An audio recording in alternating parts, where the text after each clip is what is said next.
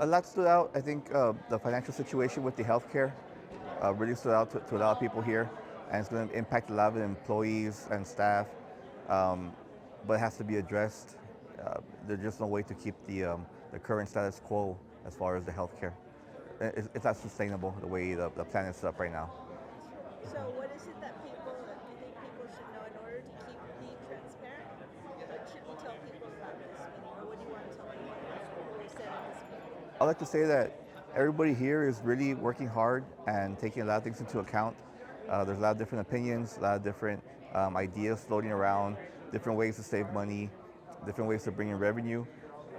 A lot of the a lot of the issues that, or not an issue, but more of a constraint, is that the state places on the district certain policies that are in place that also are constraints. So we need to work within those constraints, but also be able to thrive um, within those constraints. So, what other topics were discussed tonight that stand out for you? I know that we talked about cybersecurity. The aquatic center also, yeah, it's one of the things that really is a selling point for the district, but also one of the pain points as well, as far as cost and maintenance and the ability to deliver a good product to the district, but also the sustainability is getting tougher as the years go by. That's true. That was interesting. They said it was like it's always going to be in a Yes, yes. deficit. And worst case scenario, all the pumps go out. That's almost $500,000.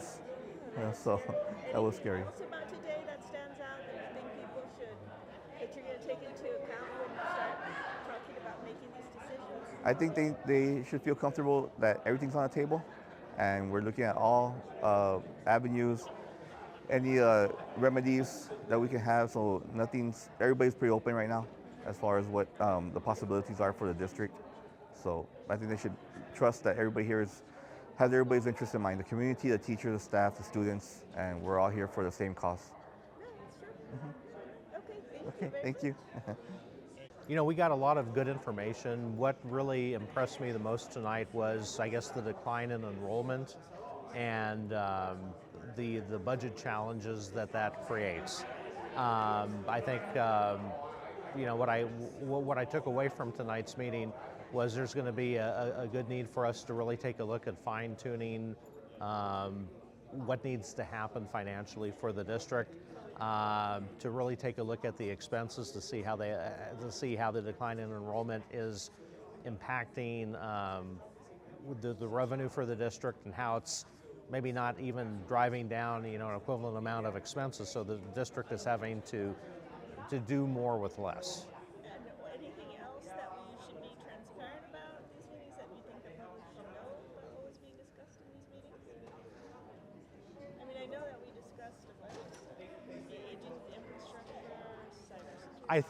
I think what the public may not know is that the district has a lot of maintenance needs on the facilities. And the amount of maintenance needs that the district would have, if it were like a family budget, it would be like having to go out and maybe buy 5 or 6 homes, is the way I could describe it. It's a huge amount of money. It's not the kind of amount of money that the district could just, spend, just to blow a few dollars. It's going to take a huge investment of money to fix a lot of the issues in the district.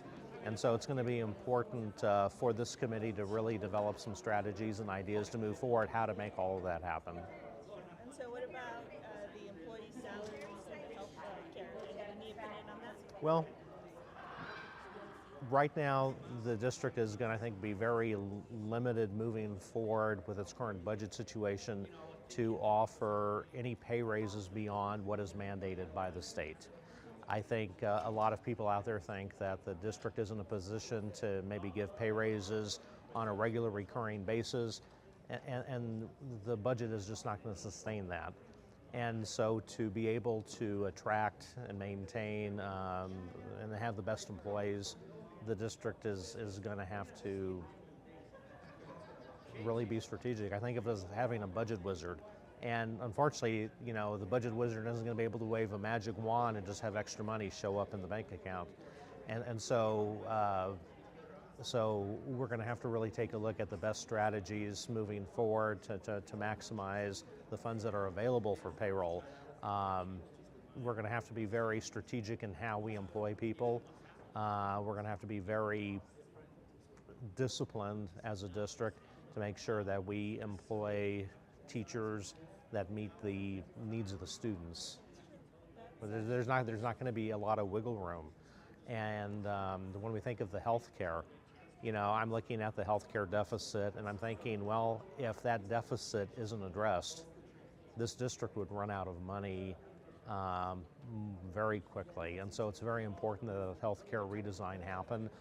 If it doesn't happen, the district would run out of money and be in a really horrible space. But I'm glad that the district is going to be looking at that. I know there's going to be some financial hardships involved with that. What I would encourage employees to think about is if they're going to retire, they're going to be like me. They're going to be a TRS retiree, getting health care through TRS as a retiree. And I would encourage them to take a look at what that plan looks like and maybe to find a plan that would benefit them. And I think what the employees wouldn't realize, or may not even be thinking, is the best deal they could take would be to take that health care plan where the district is contributing $800 a year to that health savings account. Because if I had something like that offered to me back when I was an employee, knowing that's basically would be a benefit now as a retiree, I would have taken advantage of it from the get-go.